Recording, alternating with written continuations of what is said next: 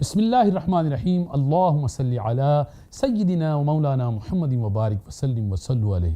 محترم ناظرین السلام علیکم ورحمۃ اللہ وبرکاتہ۔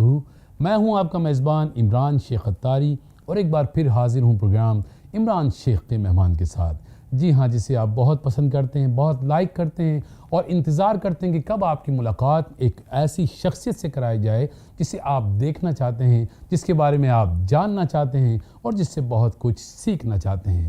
ہماری بھی بھرپور کوشش ہوتی ہے کہ جلد از جلد آپ کی ایسی خوبصورت شخصیت سے ہم ملاقات کرائیں۔ تو ناظرین، آج ہمارے ساتھ ایک ایسی شخصیت موجود ہے، ایک ایسی ہستی موجود ہے جو بہت مسحور کن شخصیت کے مالک ہیں۔ آپ کی شخصیت میں ایسی مٹھاس ہے کہ جب کوئی آپ سے ملتا ہے تو وہ آپ کا گرویدہ ہو جاتا ہے، آپ ہی کا ہو جاتا ہے۔ آپ کا لب و لہجہ ایسا دل آویز ہے کہ جب آپ بات کرتے ہیں، گفتگو کرتے ہیں تو ایسا لگتا ہے کہ لبوں سے پھول جھڑ رہے ہیں۔ آپ کی جب ہم گفتگو سنتے ہیں تو ہمیں ایسا محسوس ہوتا ہے کہ ہمارے کانوں میں کوئی رس گھول رہا ہے۔ دینی امور، تاریخ، فقہ اور عصری علوم پر ایسی گرفت ہے کہ جب آپ بات کرتے ہیں تو بڑی سے بڑی علمی گتھیاں سلجھتی چلی جاتی ہیں۔ جوش خطابت فرماتے ہیں، خطابت کے جوہر دکھاتے ہیں تو رقت طاری ہو جاتی ہے اور ہر لفظ سے خوشبو آتی ہے۔ ناظرین، آج ہمارے ساتھ ایک ایسے مہمان موجود ہیں کہ ایک عالم آپ کی سحر انگیز گفتگو اور خوبصورت گفتگو اور شعلہ بیانی کا معترف ہے۔ آپ کی شخصیت ایک ہمہ جہت شخصیت ہے۔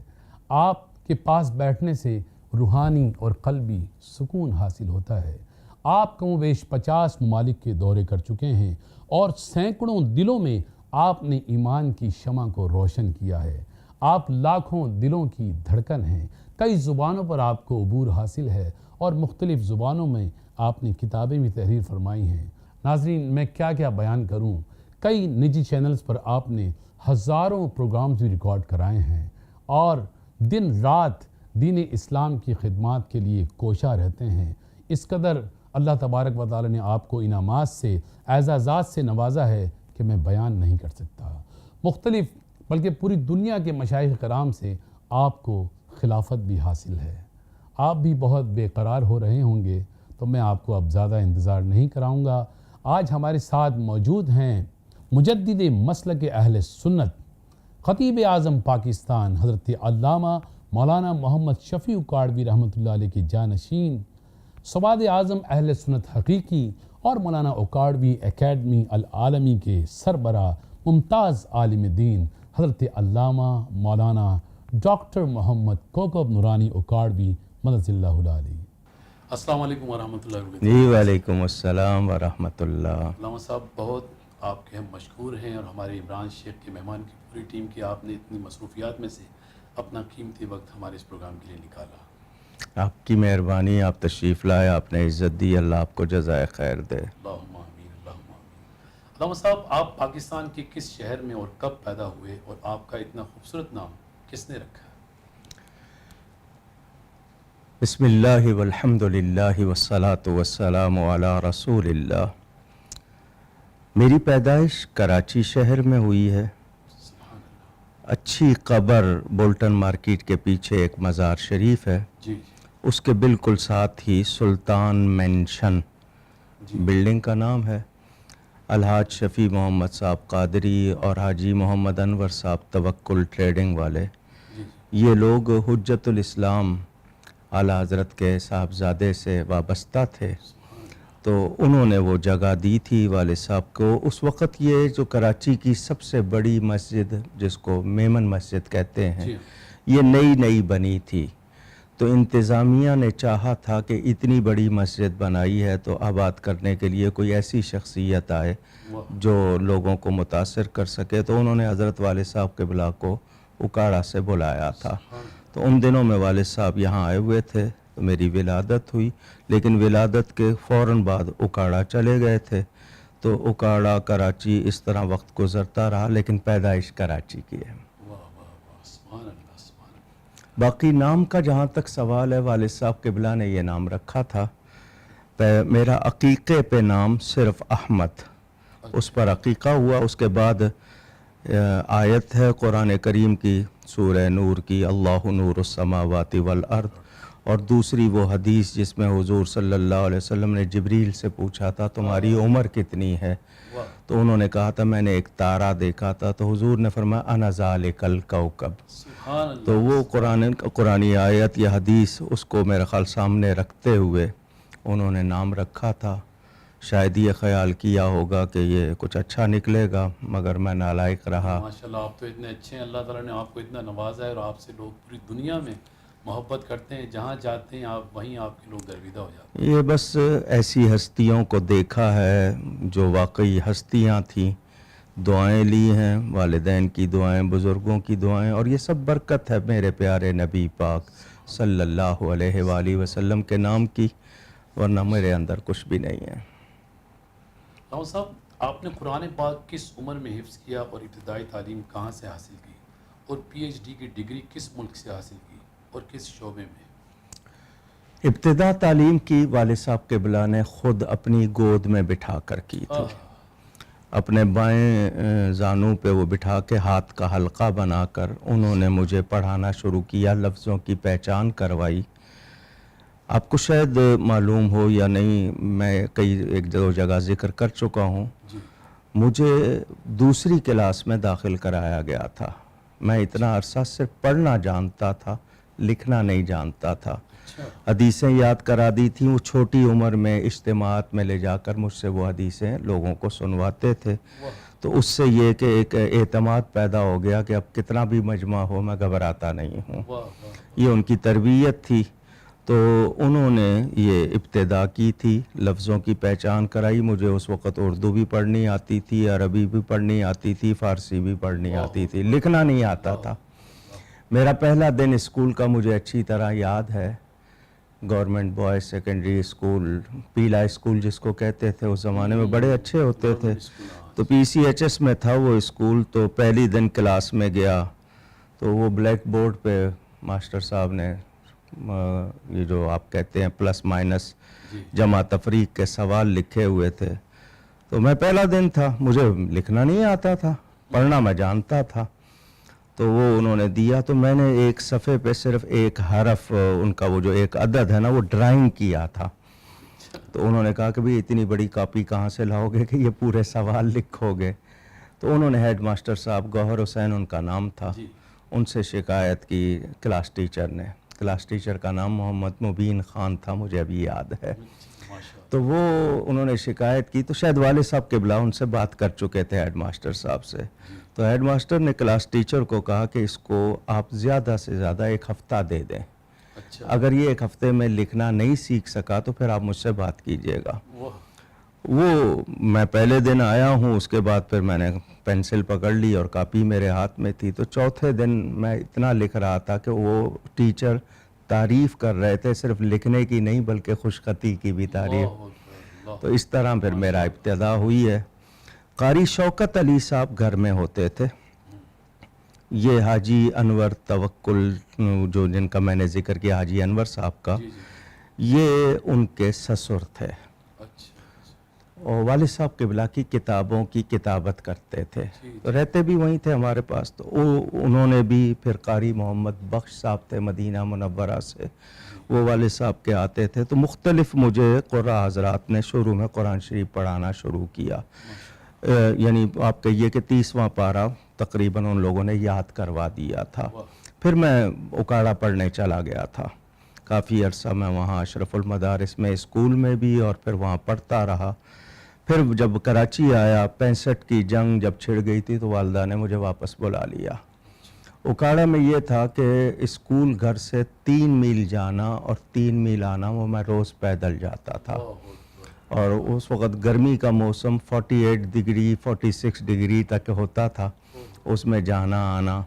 تو وہ جنگ چھڑی تو والدہ نے بلا لیا، پھر مجھے واپس نہیں بھیجا، لیکن ابتدائی کتابیں وہاں والد صاحب کے استاد صاحب جو شیخ الاسلام حضرت مولانا غلام علی صاحب رحمۃ اللہ تعالی علیہ، ان سے بھی ابتدا ہو چکی تھی۔ تو پھر اسکول بھی پڑھ رہا تھا، اور ساتھ ہی مجھے دارالعلوم حنفیہ غوثیہ مسجد غوثیہ پی سی ایچ سوسائٹی میں والد صاحب قبلہ نے بنائی، کراچی میں پہلی مسجد انہوں نے وہ بنائی تھی۔ تو وہاں پر پھر انہوں نے جو مدرسہ شروع کیا تو میں پہلا طالب علم تھا. 1969 میں میرا حفظ مکمل ہوا تھا. میں نے سنا آپ نے 11 سال کی عمر میں حفظ کر لیا. 11 سے بھی تھوڑی کم تھی. اللہ جی ماشاء اللہ. حضرت بہت زبردست. ہم صاحب آپ نے زندگی کا سفر سب سے پہلا سفر کہاں کا کیا؟ بیرون ملک یا اندرون ملک؟ بیرون ملک. بیرون ملک میں سب سے پہلے مدینہ منورہ گیا تھا سبحان اللہ. 1975 میں. صاحب ہم نے یہ بھی سنا ہے کہ آپ نے ماشاءاللہ دربار رسول صلی اللہ علیہ وسلم میں 1.5 گھنٹے آپ اکیلے رہے اور آپ نے وہاں جھاڑو بھی دی. اس کے بارے میں آپ بتائیں گے آپ کی کیا کیفیت تھی اور کیسے یہ موقع؟ میں پہلے دن جب پہنچا تھا اسی دن شام کو وہاں رمضان کا چاند ہو گیا تھا. تو یہ اس وقت کی باتیں، یہ مشینری وغیرہ، یہ آج ایئر کنڈیشن ہے، بہت بڑی ہو چکی ہے مسجد. اس وقت ایسا نہیں تھا. قطب مدینہ حضرت مولانا ضیاء الدین احمد صاحب مدنی رحمۃ اللہ علیہ کے گھر میں ان کے پاس رہا. 37 روز میں نے مدینہ منورہ میں گزارے تھے اور وہاں بھی مصلی میں نے پڑھا تھا اپنے طور پر. اور یہ جو واقعہ ہے 1.5 گھنٹہ گزارنے کا، یہ اس وقت کا نہیں ہے. میں جنوبی افریقہ گیا ہوا تھا جی. اور وہاں سے جس جگہ میں تھا پیٹ ریٹیف اس شہر کا نام، وہاں سے جوہانسبرگ 3.5 گھنٹے لگتے ہیں. جی. صبح سے اٹھا ہوا تھا، 3.5 گھنٹے کا سفر کر کے آیا. 3.5 گھنٹے کے سفر کے بعد جہاز میں رات کو وہاں سے چلے، یعنی پورا دن گزر چکا تھا. مدینہ منورہ جدہ پہنچے تو صبح ہو چکی تھی. وہ سارا دن وہاں جدہ ایئرپورٹ پہ وہاں سے نکلنے میں بڑی مشکل. مجھے شام کی فلائٹ ملی مغرب کے وقت کی مدینہ کے لیے جدہ سے. تو آپ اندازہ کر لیں کہ تقریباً 36 گھنٹے گزر چکے تھے. وہ میں تھکا ہوا بھی تھا. میں جس وقت پہنچا ہوں وہاں پر آ کے ہوٹل میں کمرہ لیا تو 9:30 بج رہے تھے رات کے. تو مجھے پتا تھا کہ حرم شریف ابھی عشاء کے بعد 1 گھنٹے بعد بند ہو جاتا ہے. تو میں نے کپڑے نکالے کہ میں بدلتا ہوں اور تو میں ایسے ہی بیٹھا اس پہ وہاں پہ صوفے پہ، مجھے اونگ آ گئی. تھکا ہوا تھا تو وہ چونکہ صحیح حالت میں لیٹا نہیں تھا تو میری فوراً آنکھ کھلی تو میں نے گھڑی دیکھی تو 9:45 بج چکے تھے. تو میں ہڑبڑایا، میں نے کہا کہ یہ تو حاضری رہ جائے گی، مجھے پہلے سلام کرنا ہے اس کے بعد. تو میں اسی وقت وضو کر کے دوڑا. باب جبریل پہ پہنچا تو وہ دروازہ بند کر رہا تھا. میں نے اسے عربی میں ہی ریکویسٹ کی کہ میں مسافر ہوں، ابھی بھی آیا ہوں، مجھے صرف اندر آنے دو، میں سلام کر کے باہر آ جاؤں گا. اس نے کہا تہجد میں آنا. اچھا، تہجد میں آنا. ابھی اس نے دروازہ بند کر دیا. میرے آنسو گرنے شروع ہو گئے اور مجھے نہیں یاد کہ اتنے موٹے آنسو کبھی گرے ہوں گے. تو میں نے وہیں پر کیا کہتے ہیں کھڑے ہو کے سلام پیش کیا اور نیت باندھ لی 2 رکعت کی دروازے پہ ہی، اور میں ہٹا نہیں، وہیں پہ کھڑا سلام پڑھتا رہا. مجھے نہیں پتا 15 منٹ گزرے 20 منٹ گزرے. اس نے دروازہ کھول کے مجھے کہا اندر آ جاؤ. اللہ. وہ شاید میرے اندر سے نکلی تھی، کیا کیفیت تھی، اس نے اندر بلا لیا. اس وقت حرم شریف خالی تھا. میں مواجہ شریف میں گیا ہوں، میں اکیلا تھا. اور میں جب تک سلام پیش کرتا رہا ہوں، وہ معافی پہلے چاہی میں نے کہ میں نے سستی کی، پھر میں پڑھتا رہا. جب تک میں پڑھتا رہا کسی نے مجھے روکا نہیں. جو ہی میں نے سلام مکمل کیا وہ بندہ آیا کہ جی چلو واپس. وہ 1.5 گھنٹہ مجھے پورا ملا. سبحان اللہ. جو نبی کے عشق میں روتا ہے اس کا کام ہوتا ہے. بس ان کی عنایت، ان کا کرم. کیا خوبصورت. اس زمانے میں وہاں پر شروع میں جب 75 میں، پھر میں 76 میں گیا، پھر جانے لگا. اس زمانے میں وہاں پر وہ لکڑی کی جھاڑو ہوتی تھی، آگے جھاڑو لگی ہوئی، لمبی لمبی لکڑیاں. تو وہ جو بھی ان کے مقرر تھے، تو مجھے لوگوں کا پتہ چلا کہ اس میں کوئی شامل ہو جائے تو روکتے نہیں ہیں. تو وہ جھاڑو دینے کی وہاں سعادت کئی مرتبہ حاصل ہوئی اور بڑا لطف آتا تھا. تو وہ جب جھاڑو چلاتے تھے تو ہاتھ میں چھالے پڑ جاتے تھے. تو جب چھالے پڑتے تھے نا تو ایک دوسرے کو مبارکباد دیتے تھے. اور جب وہ جھاڑو رکھ کے نکلتے تھے تو ہم سمجھتے تھے ہم پتہ نہیں کیا چیز ہے، اتنا وہ سعادت ملتی تھی. یہ زخم ہے طیبہ کا، یہ سب کو نہیں ملتا، کوشش نہ کرے کوئی اس زخم کو سینے کی. میں تو اس خیال سے کہ جی وہاں جھاڑو دوں گا میرے اندر صفائی ہوگی, میرے اندر کچھ آئے گا. تو کئی مرتبہ پھر جالیاں شریف کو بھی صفا کرنے کا موقع ملا, اور مواجہ شریف میں ارد گرد جتنی بھی ہیں جو سبز جالیاں وہ بھی, سنہری جالیاں بھی, بلکہ وہ جو جن کپڑوں سے صاف کرتا تھا وہ بھی شاید کہیں رکھے ہوں گے تبرک. جی جی, جھاڑو بھی رکھی ہوئی ہے میرے پاس. ہمیں بھی زیاد کرائیے گا. اللہ خیر رکھے جی. علامہ صاحب بہت مزہ آ رہا ہے ماشاءاللہ, اتنی خوبصورت باتیں. اللہ تعالیٰ آپ کو مزید آپ کے علم و عمل میں پہلی مرتبہ جب گیا تھا 75 میں, تو رمضان میں مسجد نبوی ساری رات کھلی رہتی تھی. جی جی. اور عام دنوں میں وہ عشاء کے بعد بند کر دیتے تھے, کیونکہ صفائی کرنی ہوتی تھی. تہجد کے وقت کھولنا ہے تو صفائی کرنے میں ٹائم لگتا تھا, لوگ بیٹھے ہوں تو صفائی نہیں ہوتی. پھر 76 میں حج پر گیا تھا. حضرت علامہ سید احمد سعید کاظمی صاحب فلائٹ میں ساتھ تھے, اور دوسرے بھی. جب وہاں پہنچا تو حج کیا. حج کے بعد جب مدینہ منورہ گیا تو جا کر روضہ شریف پہ عرض کی کہ مجھے تو رات جاگنے کی عادت ہو گئی ہے وہ والد صاحب قبلہ کے ساتھ, تو دن میں میرے لیے سہولت نہیں ہوگی. میں جو مہینہ گزار کے گیا ہوں تو ساری رات یہیں رہتا تھا, تو اب یہ کہ رات میں یہ بند ہوگا تو دشواری ہوگی, حاضری کا موقع کم ملے گا. وہ ابھی یہ کہہ کے آیا ہوں, رات وہ حضرت مولانا ضیاء الدین صاحب قبلہ کے ہاں روز میلاد شریف ہوتا تھا, وہاں پہنچا ہوں تو کہنے لگے ابھی اعلان ہوا ہے کہ 10 دن تک رات کو حرم شریف کھلا رہے گا. سبحان اللہ. وہ پتہ نہیں کس کے لیے اعلان ہوا. میں نے کہا مجھے یہ تو میرے لیے ہوا ہے, جس کا لیے بھی ہوا ہو, لیکن وہ مجھے سعادت ملی تو 10 دن وہاں رہا, تو رات کو کھلا رہتا تھا تو حاضری ہوتی تھی. صلی اللہ علیہ وسلم کی بارگاہ میں عرض کرتے ہیں, وہاں سے تو سب کچھ. جی. علامہ صاحب آپ یہ بھی بتائیے, کیا نعت گوئی اور شاعری کی طرف آپ کا لگاؤ ہے, اور آپ کا پسندیدہ شاعر کون ہے, اور ہمیں کوئی نعت بھی سنائیں, آپ بہت اچھی پڑھتے ہیں ماشاءاللہ. میرا جو ابتدائی وقت ہے وہ لکھنے پڑھنے میں, میری کتاب سے جو دوستی ہوئی ہے وہ آج تک قائم ہے. والد صاحب قبلہ کا تربیت کا انداز اب جا کے سمجھ آیا ہے, اس وقت تو عجیب لگتا تھا. وہ مجھے چھوٹا سا کوئی رسالہ یا کتاب دے دیتے تھے, اسے پڑھو میں کل پوچھوں گا. پوچھتے نہیں تھے لیکن میں وہ رٹ لیتا تھا. کئی مطلب کبھی کبھار پوچھ لیا, ورنہ بس وہ دے دیتے تھے. تو شاید اس طرح انہوں نے پڑھنے کا شوق ڈال دیا, تو وہ کتاب سے اور قلم سے میری دوستی بچپن سے قائم ہو گئی. پڑھتا رہا, تک بندی کی حد تک ہو سکتا ہے لکھا بھی ہوگا.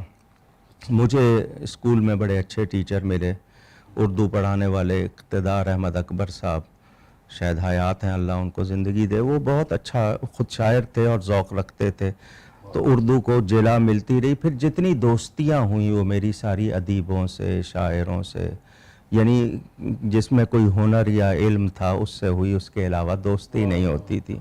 تو وہ شوق تو تھا, اور بہت لکھا, اتنا لکھا کہ وہ پلندے تھے, بعد میں نے ضائع کیے, کیونکہ وہ ایسے ہی بس تحریر کا شوق رہا. تو ہو سکتا ہے اس میں کچھ غزلیں بھی کہی تھیں, لیکن یہ کہ کوئی اس معیار کی نہیں تھی. نعت شریف کے لیے تو بہت ہی زیادہ لیاقت کی ضرورت ہے, کیونکہ جو کلام لکھا جاتا ہے وہ تو عامیانہ ہے.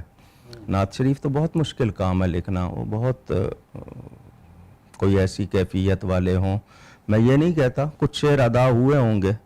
تو باقی یہ کہ اردو شاعری کے حوالے سے آپ بات کریں یا نعت کی شاعری کے حوالے سے بات کریں تو میں مولانا جامی سے بڑا متاثر ہوں, اور پھر اعلیٰ حضرت فاضل بریلوی, اردو کلام میں نے اس سے اچھا نہیں دیکھا. حدائق بخشش جو ان کا دیوان ہے, لیکن کوئی شعر اب بھی سن لوں کسی اور اچھا ہو, معیاری ہو, اس کو ضرور پسند کرتا ہوں. لیکن معافی چاہتا ہوں, میں کسی کی تو وہ نہیں کر رہا. سب اچھا لکھتے ہیں, سب اچھا کہتے ہوں گے, اور وہ میری سب سے آشنائی نہیں, سب کے کلام پڑھے نہیں ہیں. لیکن میں نے بتا دیا, فارسی میں حضرت مولانا جامی امیر خسرو کو پڑھا میں نے, بے دل کو پڑھا میں نے, مرزا عبد القادر بے دل. پھر میری دوستی ہو گئی تھی, بہت زیادہ دوستی ہو گئی تھی پیر سید غلام نصیر الدین نصیر شاہ صاحب گولڑوی سے. ان کا پہلا مجموعہ کلام میں نے چھاپا تھا, آغوش حیرت. ان کا پہلا انٹرویو میں نے چھپوایا تھا.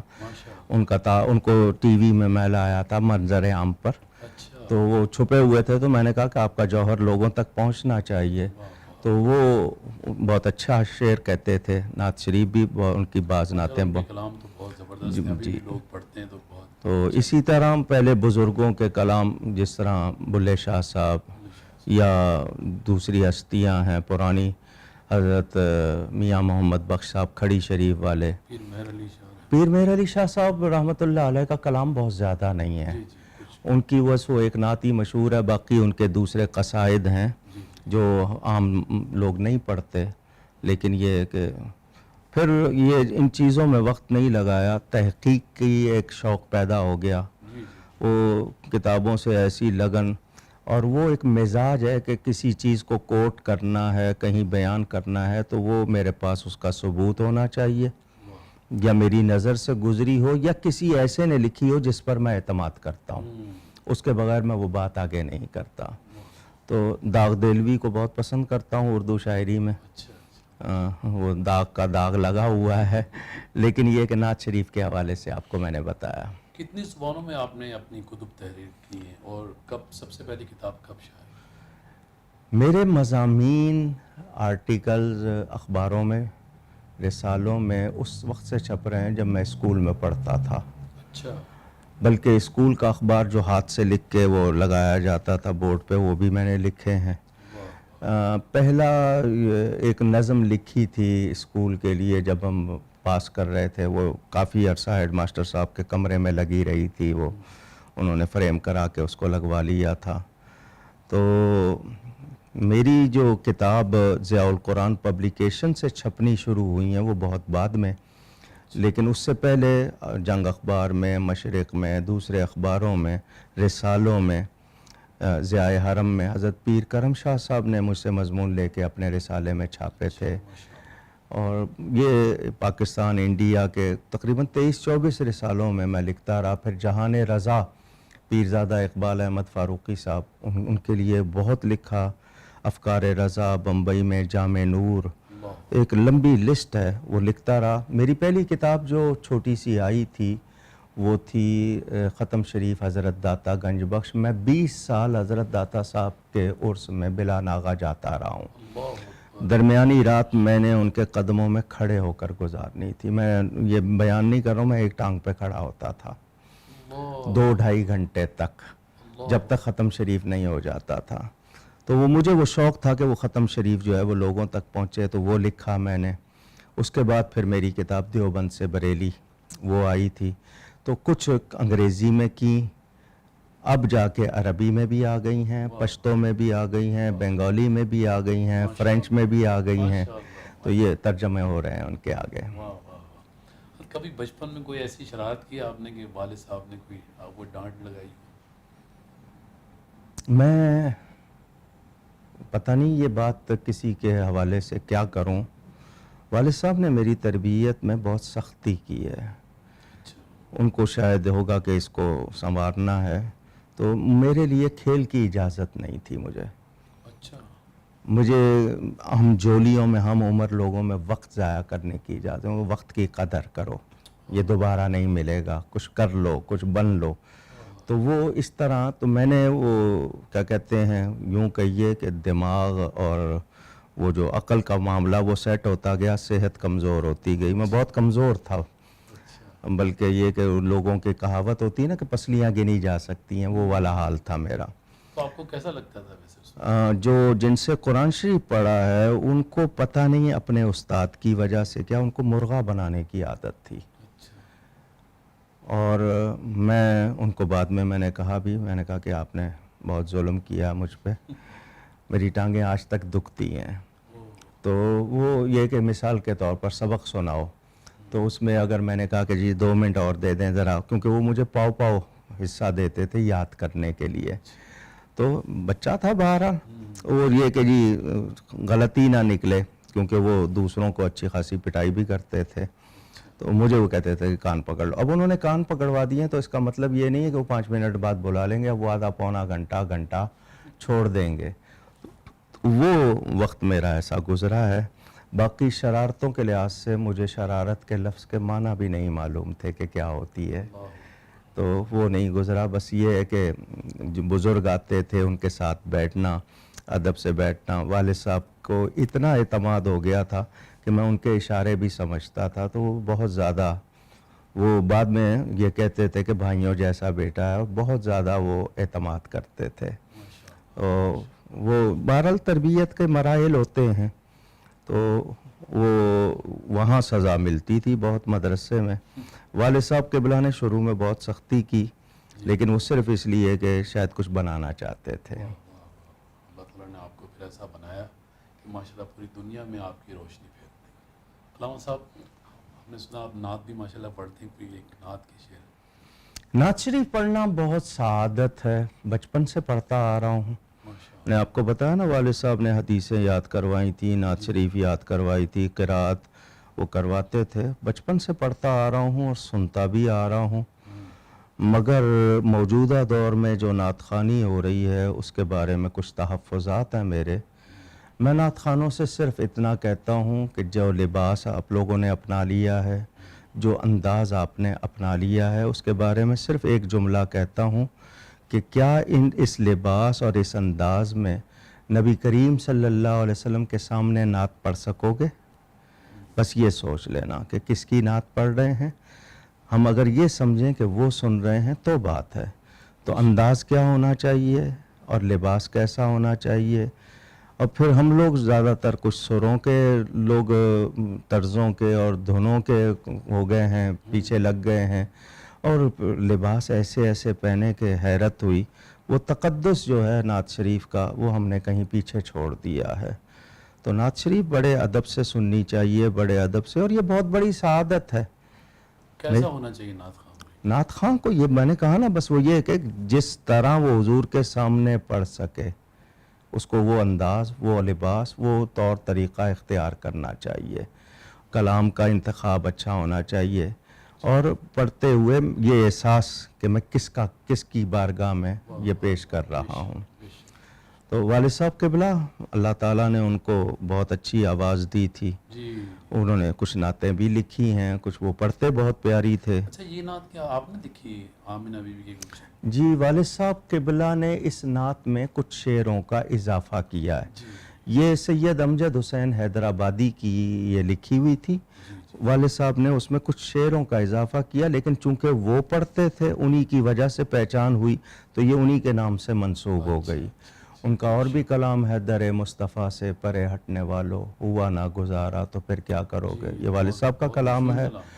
اس کے علاوہ انہوں نے اور بھی نغمہ حبیب، سب سے پہلے انہوں نے کتاب چھاپی تھی لوگوں کو نعت شریف کا شوق دلانے کی. اس میں ان کے بھی کچھ ایک دو کلام تھے، اور بھی ان کی کچھ نعتیں ہیں. اس جیسی تو نہیں پڑھ سکتا، لیکن یہ کہ حضور صلی اللہ علیہ وسلم سے محبت میں گنگنا لیتا ہوں. اپنے جلسوں میں جہاں وہ لوگ کہتے ہیں کہ والد صاحب کے انداز میں بات کرو، تو پھر وہ کوشش کرتا ہوں انہی کے پڑھے ہوئے شعر یا دہرا دیتا ہوں. ایک دو شعر آپ کو سنا دیتا ہوں. اب آپ تو ماشاءاللہ خود بہت اچھا انداز آپ کا جو بھی ہے. تو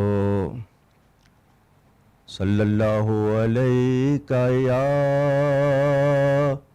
یا رسول اللہ وسلم علیک یا حبیب اللہ. نعمتیں بانٹتا جس سمت وہ ذیشان گیا، نعمتیں بانٹتا جس سمت وہ ذیشان گیا، ساتھ ہی منشی رحمت کا قلم دان گیا، ساتھ ہی منشی رحمت کا قلم دان گیا. لے خبر جلد کے غیروں کی طرف دھیان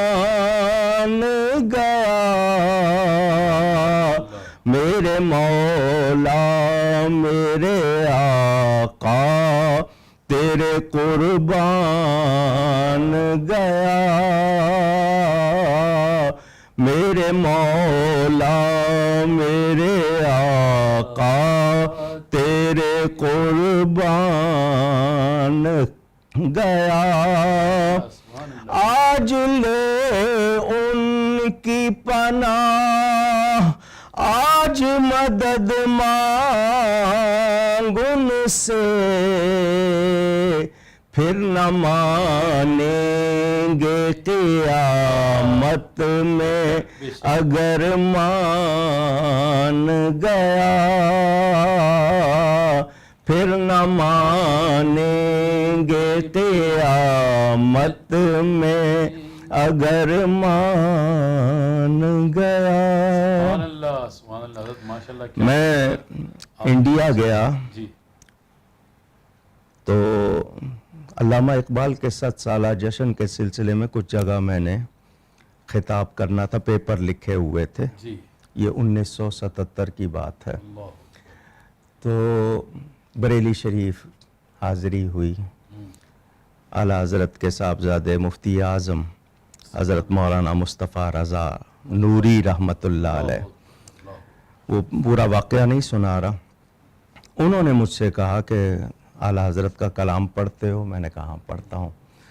کون سی نعت بہت زیادہ؟ میں نے کہا جی مجھے جو بہت زیادہ دل چاہتا ہے پڑھنے کو 2 نعتیں ہیں، ایک تو یہ کہ سب سے اولا و اعلیٰ ہمارا نبی، تو کئی دفعہ ہم سنتے ہیں بیان جی، دوسری وہ ان کی مہک نے دل کے غنچے کھلا دیے ہیں، جس راہ چل دیے ہیں کوچے بسا دیے ہیں۔ بے شک، تو اللہ کا شکر بس اس شوق میں، لیکن بہت زیادہ وہ جو والد صاحب کی خوبیاں تھیں وہ مجھ میں نہیں ہیں، لیکن اپنے شوق سے جس طرح ہو سکتا ہے۔ ماشاء اللہ، بہت خوبصورت، بہت خوبصورت۔ اللہ تعالیٰ آپ کو اور مزید آپ کی آواز میں سوز و گداز عطا فرمائے۔ ہم صاحب ثانیہ نشتر پاک میں ہم نے سنا تھا کہ آپ کو گولیاں لگیں اور یہ خبر بھی چینل پر پھیل گئی تھی کہ آپ کا وصال ہو گیا، تو اس میں کیا حقیقت ہے؟ یہ جو جلوس ہے ربیع الاول کا اہل سنت کی طرف سے، والد صاحب نے اس کی ابتدا کی تھی۔ انجمن نوجوانان پنجاب والے جلوس نکالتے تھے، لیکن والد صاحب نے اس جلوس کی ابتدا کی، وہ خود قیادت کرتے تھے اور راستے میں 8 جگہ خطاب فرماتے تھے۔ جلوس تھوڑا سا چلتا، روکتے، خطاب فرماتے، پھر آگے چلتا۔ پھر یہ نشتر پارک سے بولٹن مارکیٹ میں من مسجد سے نشتر پارک آنے لگا۔ اس دن جلوس کو پہنچنے میں کچھ تھوڑی سی دیر ہو گئی تھی، ورنہ یہ ہوتا ہے کہ ہم عصر کی نماز وہاں پہنچ کے پڑھ لیتے تھے اور پھر مغرب تک جلسہ ہوتا تھا۔ اس وقت جب ہم پہنچے تو عصر کا آخری وقت تھا، تو خطابات نہیں ہو سکے، تو حضرت مولانا سید شاہ تراب الحق صاحب نے اعلان کیا کہ مغرب کے بعد ہوگا۔ تو ہم لوگ جو اسٹیج پر تھے، ہم نے اسٹیج پر نماز پڑھنی شروع کی، شاہ صاحب میدان میں چلے جاتے تھے اور پورے مجمع کو نماز پڑھاتے تھے۔ تو نماز اسٹیج والوں کی پوری ہو چکی تھی، یعنی 3 فرض ادا ہو چکے تھے، فرض مغرب کے۔ تو لوگ کھڑے ہو گئے، میں ابھی بیٹھا ہوا تھا، اٹھا نہیں تھا، اچانک دھماکہ ہوا۔ یہ پہلا اتفاق تھا دھماکات سننے دیکھنے کا، وہ اوسان خطا ہو گئے، یعنی آنکھوں کے آگے اندھیرا، کچھ یہ آپ اس کو 1 منٹ کہیں، آدھا منٹ کہیں، کہ کچھ نہیں پتا۔ آنکھ کھلی تو وہ گیس ہوتی ہے اس سے جو نکلتی ہے، اگر آپ سانس کے کمزور ہیں، دل کے کمزور ہیں تو آپ گئے، سانس لینے میں دشواری ہوتی ہے۔ تو میرا اس وقت یعنی آواز میری خشک ہو گئی تھی اور سانس میں مجھے دشواری ہو رہی تھی، اور میرے ارد گرد لوگ سارے یعنی 62 افراد کی شہادت ہوئی۔ وہ منظر تو محمد ناصر اور دوسرے لوگوں نے مجھے اٹھایا، تو میں پیچھے سے پورا خون سے بھیگا ہوا تھا، تو یہ لوگ مجھے فوراً بٹھا کے لیاقت نیشنل لے گئے، تو درمیان میں میری آواز نہیں نکل رہی تھی، انہوں نے جاتے ہی آکسیجن لگایا، اس سے کچھ سانس بحال ہوا۔ تو اسی وقت سارے دوسرے لوگ جو زخمی لانے لگے، ہسپتال میں منظر عجیب ہو گیا تھا، تو میں وہاں سے نکل آیا۔ مجھے 2 زخم جو جسم پہ لگے ہوئے تھے گھر میں آ کر پہ وہاں پر تھوڑی سی پٹی کرا لی, وہاں سے نکل آیا, اور انہوں نے فوری طور پر جو ایکس رے کیا اس پہ انہوں نے کوئی رپورٹ نہیں دی, کلیئر کر دیا. وہ تقریباً 40 دن لگے میرے وہ زخم مندمل ہونے میں. 40. میں ٹھیک ہوتے ہی پہلے دن مدینہ منورہ چلا گیا. حضور صلی اللہ علیہ وسلم کی بارگاہ میں نئی زندگی ملی تھی. ٹی وی پر خبر اپنی شہادت کی میں نے خود سنی بھی تھی اور ٹکر میں پڑھی بھی تھی, لیکن جو لوگ چلے گئے تھے ان کا بہت صدمہ تھا. اور پھر میلاد النبی والے دن یہ حادثہ, اور پھر اسلامی مملکت میں حادثہ. حیرت ہو رہی تھی کہ ہم کیسے مسلمان ہو گئے ہیں, ہمارے ہاں کیا ہو گیا ہے, حکمران کیسے ہو گئے, لوگ کیسے ہو گئے. کچھ نہیں سوچا کہ کون سا موقع ہے اور کیا ہو رہا ہے. حضور پاک صلی اللہ علیہ وسلم کا میلاد منا رہے جی, ہیں, بہرحال خوشی منا رہے ہیں. وہ باہر ملک میں ایکس رے کروایا تو وہاں پتہ چلا کہ میرے جسم میں پیلٹس ہیں, ٹکڑے ہیں بم کے. اچھا. اور ان کی وجہ سے مجھے جو تکلیفیں بعد میں شروع ہوئیں, یعنی ایک تو ریڑھ کی ہڈی میں, ایک گردن کے پاس, اور یہ حضور صلی اللہ علیہ وسلم کا معجزہ ایک دل سے صرف کچھ, میرا خیال پتہ نہیں, وہ کہہ رہے ہیں 2 سینٹی میٹر یا 3 سینٹی میٹر آ کے رکا, پورا وہ چیرتا ہوا چلا گیا. اس کے بعد ڈاکٹروں نے کہا کہ کیا چاہتے ہو. میں نے کہا جی یہ اگر مجھے کوئی نقصان دیں گے تو بتائیں. انہوں نے کہا کہ اس کو نکالو گے پورا جسم کھلے گا, چیر پھاڑ ہوگی پورے جسم کی, ان کو رہنے دو. تو ابھی تک اسی طرح ہیں. شاید بخشش کا سامان ہو جائے. اللہ اللہ اللہ. وہ جو خون کے چند قطرے بہے ہیں, شاید سبحان اللہ, سبحان اللہ کرے.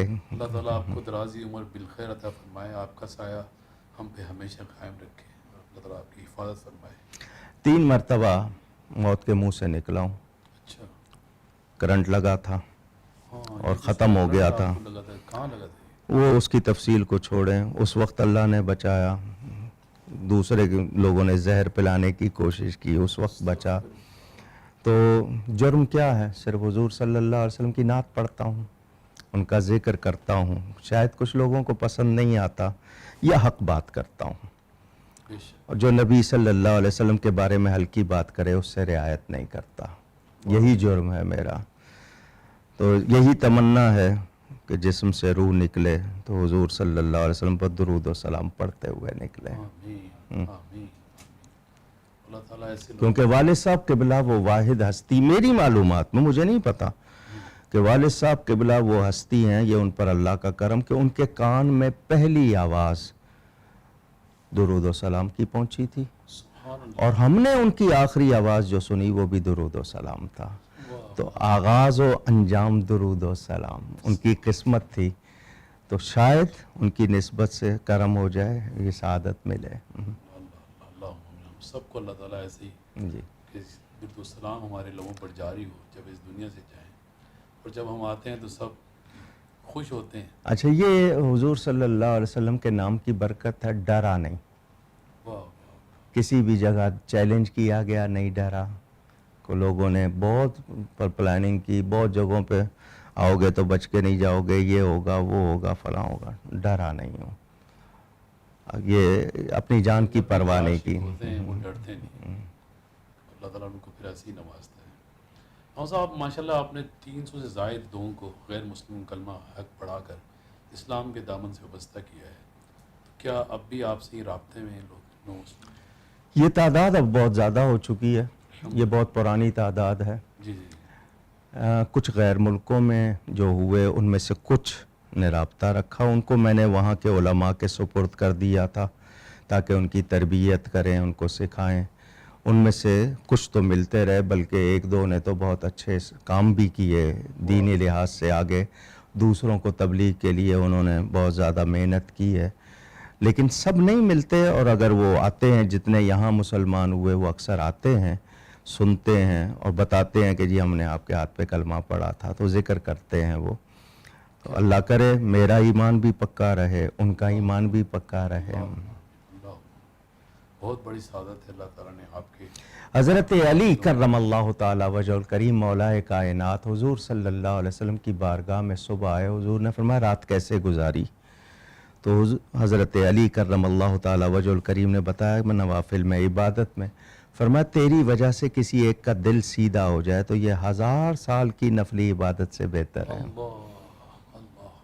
تو یہ اگر آپ سے کسی کو، کیونکہ کتنے لوگوں نے داڑیاں رکھی ہیں، کتنے لوگ نمازی بنے، کتنے لوگوں کو عشق رسول صلی اللہ علیہ وسلم کی دولت نصیب ہوئی.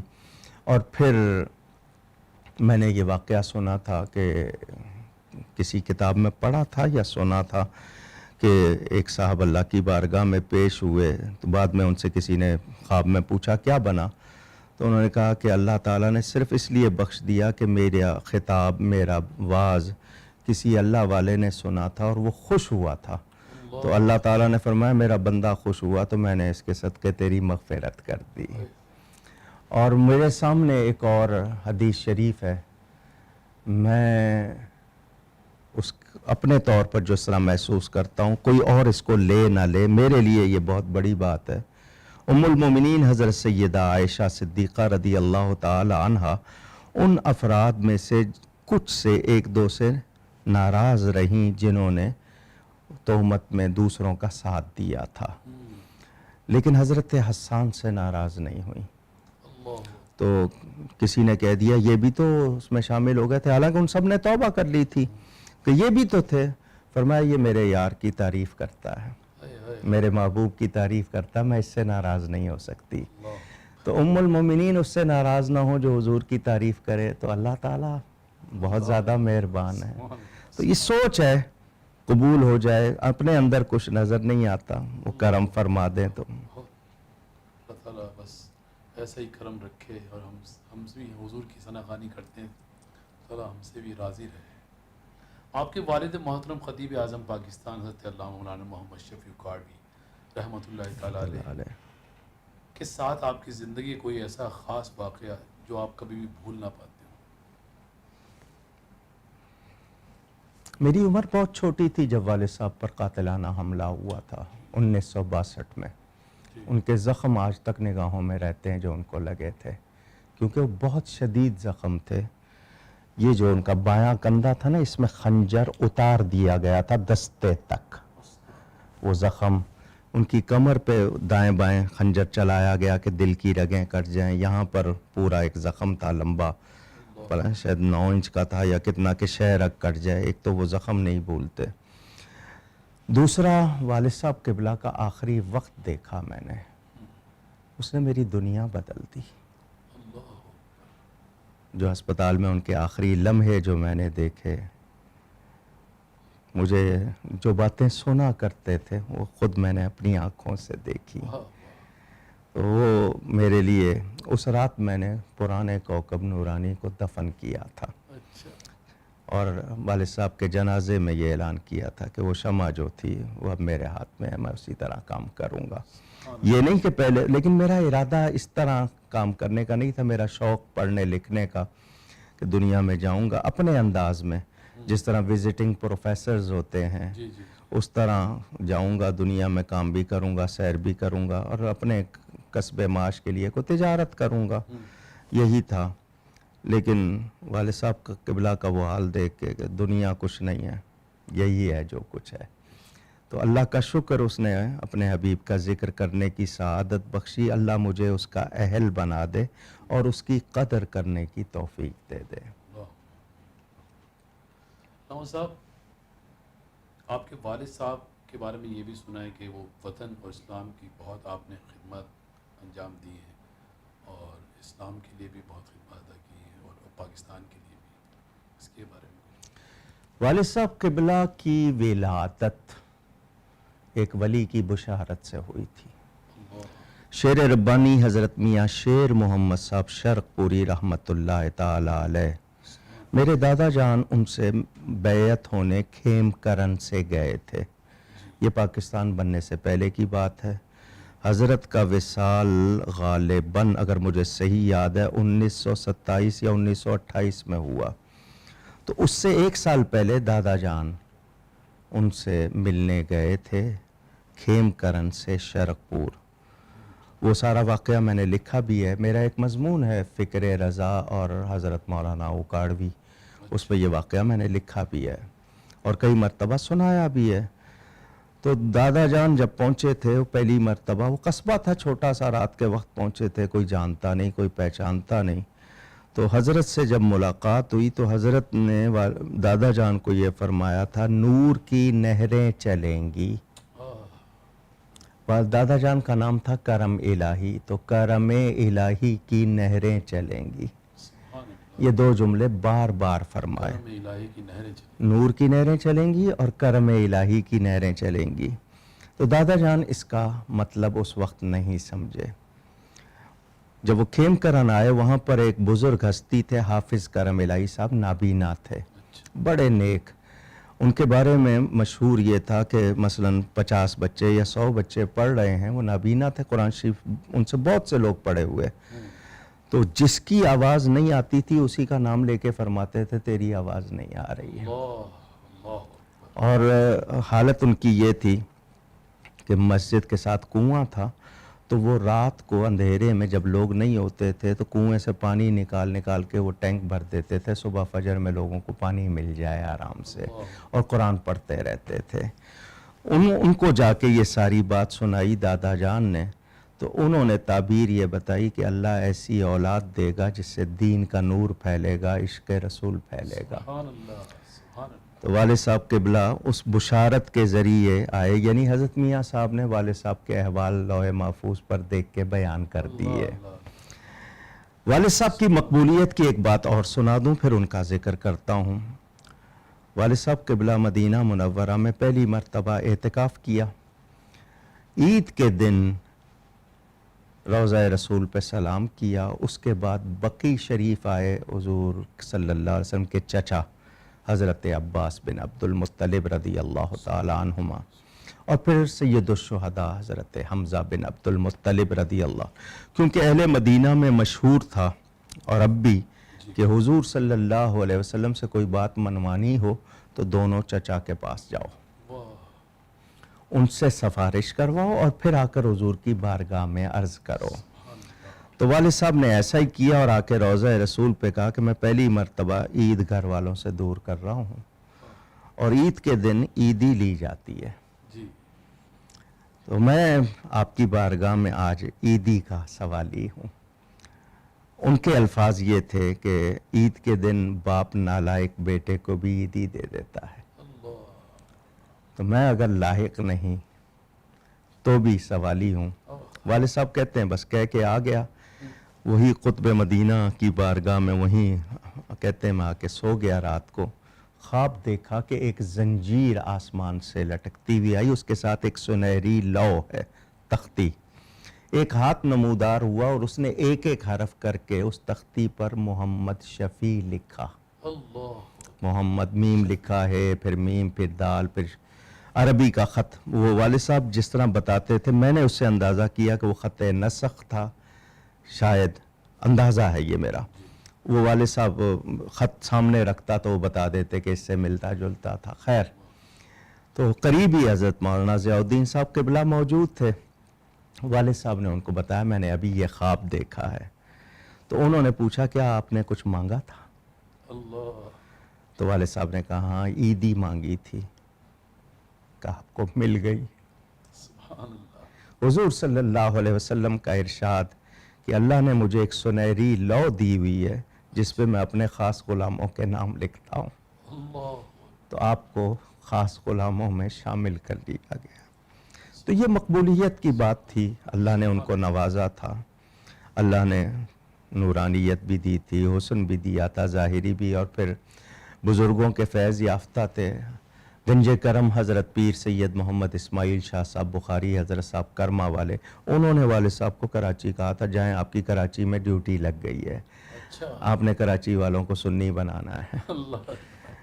تو والد صاحب قبلہ آئے، انہوں نے تحریک پاکستان میں بھی حصہ لیا ہوا تھا، مسلم لیگ کے جلسوں میں جا کر نظم بھی پڑھتے تھے، تقریر بھی کرتے تھے، خطابت وہیں سے شروع ہوئی تھی.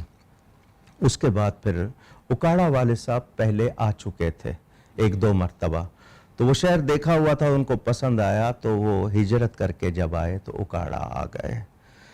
کافی عرصہ اس میں لوگوں کی آباد کاری میں لگے رہے، اپنا گھر نہیں لیا, کیمپ میں رہے, لیکن یہ کہ دوسروں کو گھر دلاتے رہے. حضرت مولانا غلام علی صاحب قبلہ 1949 میں آئے تھے اکاڑا. والد صاحب نے ان سے پورے تمام علوم کی تکمیل کی. پھر ملتان میں انوار العلوم میں حضرت علامہ کاظمی صاحب سے سند حدیث حاصل کی. ان کو بہت سے مشائخ سے اجازت تھی. تو والد صاحب قبلہ کے بہت سے تذکار میں نے مختلف جگہوں پہ لکھے ہوئے ہیں. اب وہ سارے بیان کروں تو اچھا خاصا وقت لگ جائے گا. تو ان کو بہت ہی یعنی اولیاء کے, بلکہ یہ جملہ مجھ سے اشرفی سلسلے کے بزرگوں نے بھی کہا, دوسروں نے بھی, کہ وہ ایسے تھے کہ ہر خانقاہ میں, ہر درسگاہ میں, ہر بارگاہ میں محبوب تھے. اللہ نے ان کو یہ صلاحیت دی تھی. تو انہوں نے پھر پاکستان بنتے ہی تحریک تحفظ عقیدہ ختم نبوت میں, اور اس میں وہ ڈکٹیٹر تھے پورے, اس وقت منکمری کہتے تھے, اب ساہیوال کہتے ہیں, پورے ضلع کے. اور 2 یا 3 ہفتے تحریک ایسی چلائی تھی کہ مجسٹریٹ اصغر علی کا بیان ریکارڈ پر ہے کہ اس شخص نے خون نہیں ہونے دیا, کوئی ہنگامہ توڑ پھوڑ نہیں ہونے دیے, لیکن لوگوں کو سب کو مجاہد بنا دیا. جیل میں ڈال دیے گئے, پکڑ لیے گئے, کیونکہ حکومت کی طرف سے دباؤ تھا بہت, جنرل اعظم وغیرہ دوسرے جو لگے ہوئے تھے. مطالبات صرف یہ تھے, سر ظفر اللہ اس وقت وزیر خارجہ تھا, کہ اس کو ہٹایا جائے اور قادیانیوں کو غیر مسلم قرار دیا جائے. ختم نبوت کا جو منکر ہے وہ قرآن اور حدیث فیصلہ ہے, اس میں کوئی دوسری رائے نہیں ہے. تو سخت تکلیف. والد صاحب جیل میں تھے, میرے 2 بڑے بھائی 1 ہفتے میں انتقال کر گئے. کتنا بڑا امتحان. 1 ہفتے میں. ایک کی عمر 2.25 سال تھی, دوسرے کی 1.25 سال, دونوں ایک ہی ہفتے میں. تو مجسٹریٹ نے کہا کہ معافی نامے پہ دستخط کر دیں, میں کسی کو دکھاؤں گا نہیں, آپ کے گھر کے حالات اچھے نہیں ہیں. والد صاحب نے کہا بیٹے گئے, میری جان بھی چلی جائے, اس عقیدے سے تو معافی کا کوئی سوال نہیں ہے. انہوں نے سختی کر دی, دفعہ 3 میں نظر بند کر دیا. 10 مہینے جیل میں رہے تھے, اس میں بہت کام. پھر پنجاب میں توتیے پنجاب کہلاتے تھے, بڑے بڑے اجتماعات سے خطاب. اللہ نے ترنم, تکلم, تبسم ہر خوبی سے نوازا تھا. پھر جب کراچی آئے تو اس کراچی کو آپ, میرا خیال اس وقت بہت کم لوگ ہوں گے اس وقت کے جو 1955-56 کے یہاں جاننے والے ہوں. والد صاحب پہلی مرتبہ کراچی آئے تھے رمضان میں. اس وقت صرف آرام باغ مسجد, اس کا پرانا نام رام باغ تھا, والد صاحب نے آرام باغ رکھا ہے نام, وہی منظور ہوا. گولی مار کا نام گل بہار رکھا تھا, وہی منظور ہوا ہے سرکاری طور پر. تو وہاں یہ شبان قدر میں 21, 23, 25, 27, 29 ان 5 راتوں میں اجتماعات ہوتے تھے. تو وہ آئے تھے پہلی مرتبہ, استاد صاحب ساتھ تھے. تو پہلی مرتبہ آرام باغ میں پہلی رات جب خطاب کیا اور اپنا ترنم کا بھی مظاہرہ کیا, کراچی والے دیوانے ہو گئے. وہ بجائے اس کے کہ صرف شبان قدر, ان کا روز پروگرام ہوگا, یہاں تک کہ عید کی رات والد صاحب یہاں سے روانہ ہوئے. انہوں نے 29ویں شب بھی کروا کے کہا اگلی رات بھیجیں گے. تو یوں سمجھیے کہ آئے, دیکھا اور فتح کر لیا.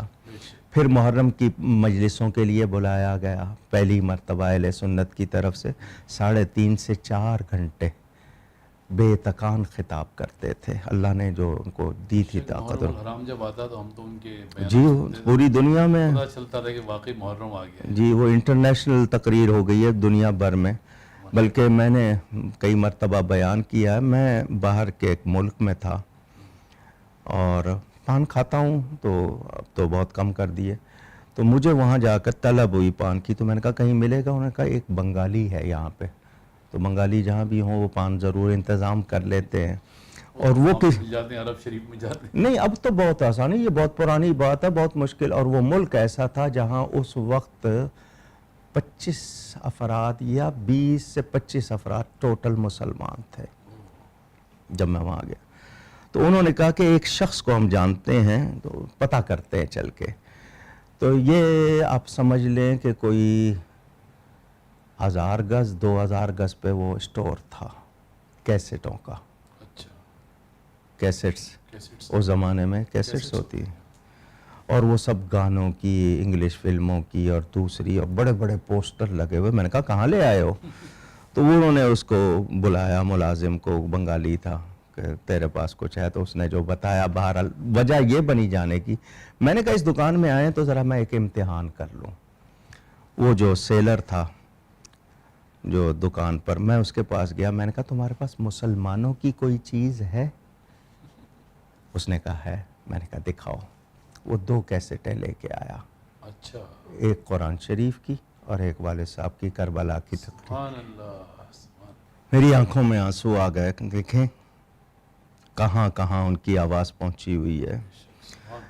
مقبولیت حضور کی بارگاہ میں ہو تو پھر ایسا ہی ہوتا ہے. پھر انہوں نے تحریک دفاع پاکستان 1965 میں، اس کے بعد پھر تحریک نظام مصطفیٰ، اس میں پھر جتنی بھی وطن کے لیے، ملت کے لیے، مسلک کے لیے، اس میں کوئی مبالغہ نہیں ہے کہ اللہ تعالیٰ نے ان کے ذریعے جو پھیلایا آج کراچی میں یا پاکستان میں یا ساؤتھ افریقہ میں یا جہاں جہاں بھی وہ گئے ہیں، یہ جو بہاریں ہیں یہ ان کی محنت ہے.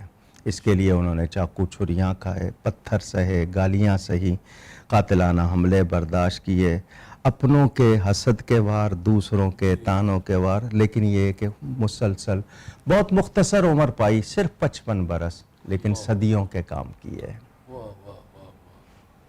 اللہ تعالیٰ ان کی اور پھر کتابیں بھی لکھیں. کروڑوں رحمت نازل. صرف خطابت ہی نہیں، کتابیں بھی لکھیں، مدارس قائم کیے، مساجد قائم کیے، صدقات جاریہ کے اتنے کام کیے کہ ان پہ رشک ہوتا ہے. بے شک بے شک. راؤ صاحب یہ بتائیے کیا نعت خوانی اور تقریر کی اجرت لینا جائز ہے؟ اور بہت سوشل میڈیا پہ لوگ آج کل نعت خوان و مقرر حضرات کو بہت برا بھلا کہتے ہیں، اس بارے میں کیا؟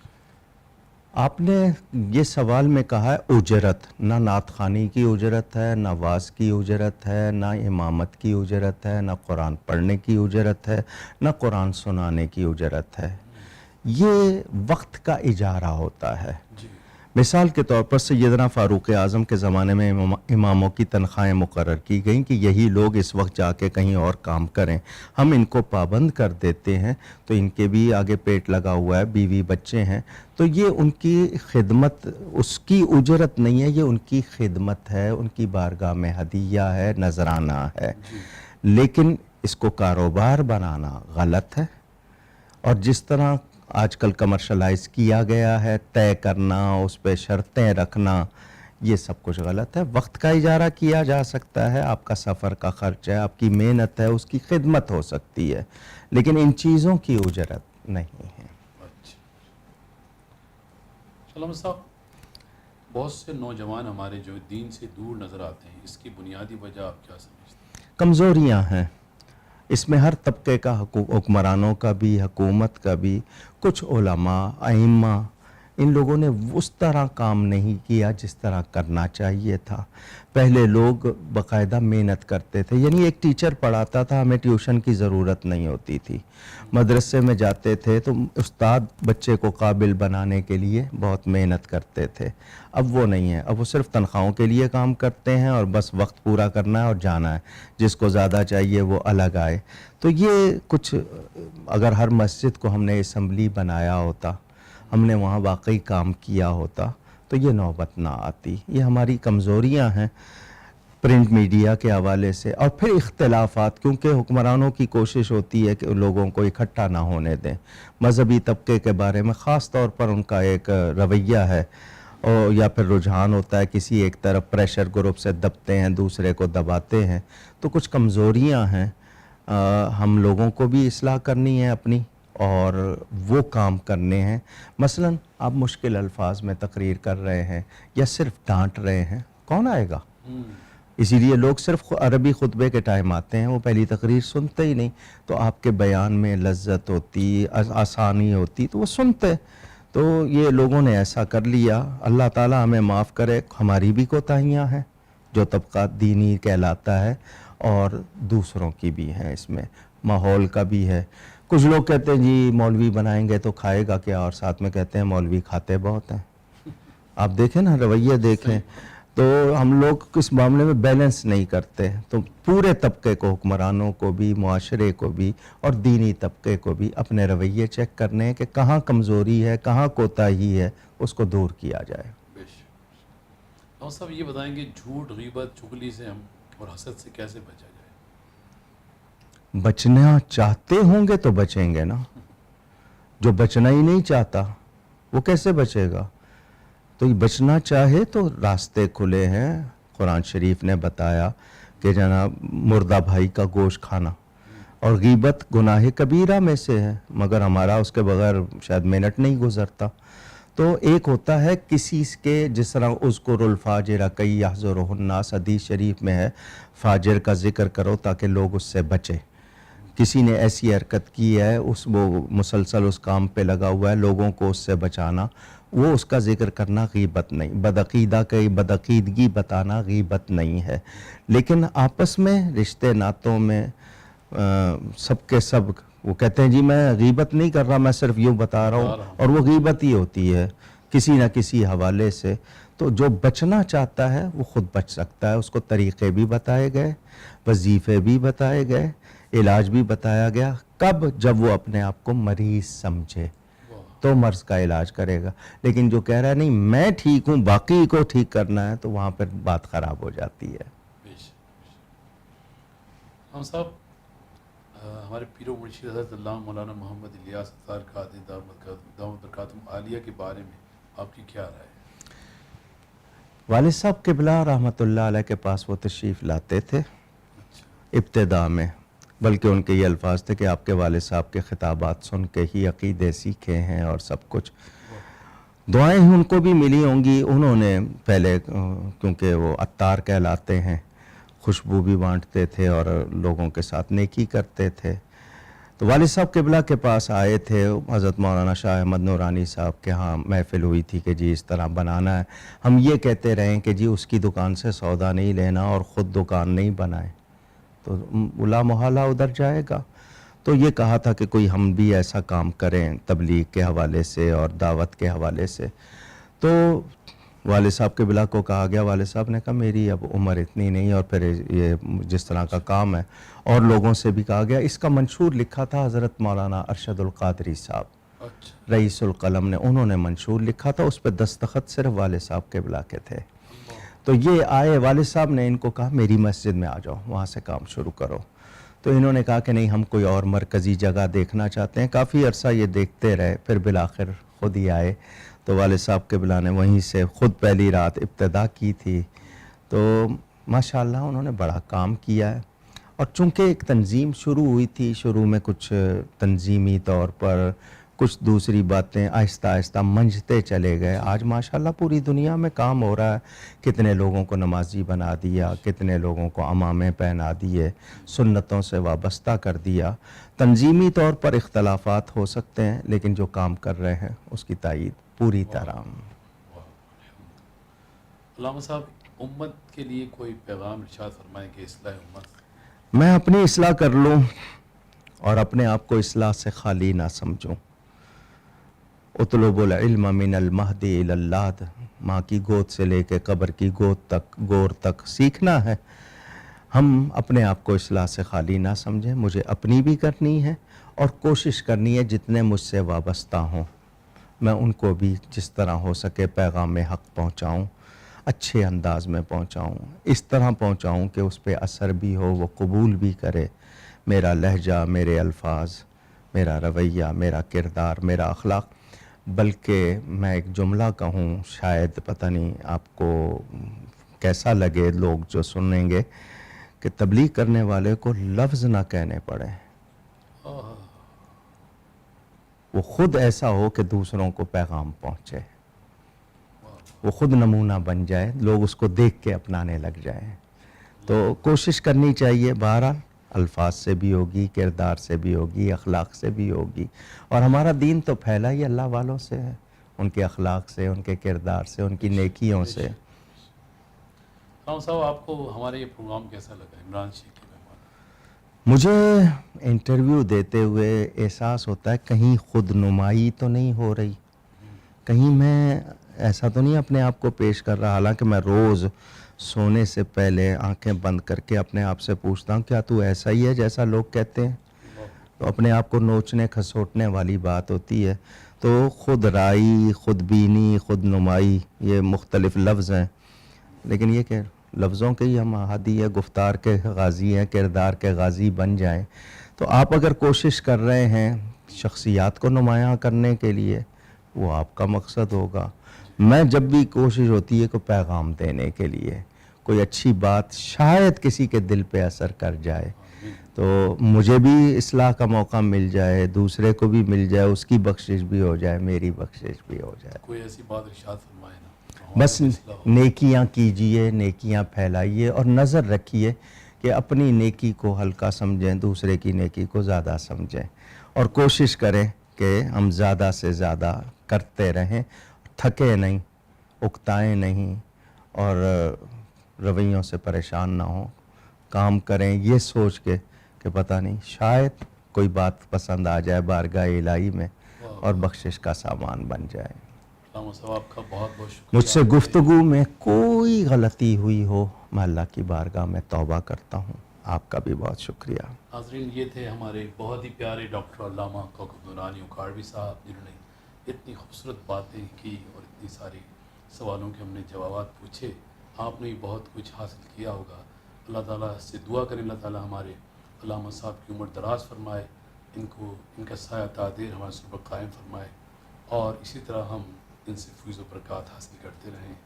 تو اور آخر میں ہم گزارش کریں گے علامہ صاحب سے کہ آپ ہمارے لیے بھی اور تمام ناظرین کے لیے دعا فرمائیں. آمین آمین یا ارحم الراحمین، یا اللہ یا رحمان یا رحیم، یا رحمان الدنیا والآخرۃ ورحیمہما. اللہم صلی وسلم وبارک علی سیدنا محمد وعلی آلہ وصحبہ. یا اللہ کریم، تو کریم ہے، ہم پر کرم فرما. تیری عطا سے تیرے پیارے نبی پاک، آخری نبی صلی اللہ علیہ وسلم کی نسبت تو نے عطا کی ہے، ان کا امتی بنایا ہے، ان کا ذکر کرنے کی توفیق دی، ان کی نعت شریف پڑھنے کی توفیق دی. مولا ہمیں سچا بنا دے، مخلص بنا دے. یا اللہ کریم، ہماری دنیا و آخرت اچھی کر دے. مسلک حق اہل سنت و جماعت پر ثابت قدمی عطا فرما. یا اللہ کریم، جو لوگ ایمان کے ساتھ چلے گئے ان کی مغفرت فرما. الہ العالمین، علماء اور عوام اہل سنت کو اتحاد اور اتفاق عطا فرما. وطن عزیز پاکستان کو سلامتی اور استحکام عطا فرما. عالم اسلام پر، امت مسلمہ پر اپنا فضل فرما. ہمیں حضور نبی کریم صلی اللہ علیہ وسلم کی محبت میں پختہ کر دے، ان کی غلامی میں پختہ کر دے. وصلی اللہ تعالی علی خیر خلقہ سیدنا محمد وعلی آلہ واصحابہ وبارک وسلم اجمعین. آمین برحمتک یا ارحم الراحمین. تو ناظرین، ہمارے یہ پروگرام آپ دیکھتے رہیے اور اس ویڈیو کو لائک کیجئے، شیئر کیجئے، ہمارے چینل کو سبسکرائب کیجئے. اللہ تعالی ہم سب کو ایسے خوبصورت پروگرام آپ کے لیے پیش کرتے رہنے کی توفیق عطا فرمائے، اور ہم سب کو ان خوبصورت باتوں سے سیکھنے کی توفیق عطا فرمائے. آمین. انشاءاللہ پھر آپ سے ملاقات ہوگی ایک نئے پروگرام کے ساتھ. جب تک کے لیے اجازت دیجیے. عمران شیخ اتاری کو عمران شیخ کے مہمان کے ساتھ السلام علیکم ورحمۃ اللہ.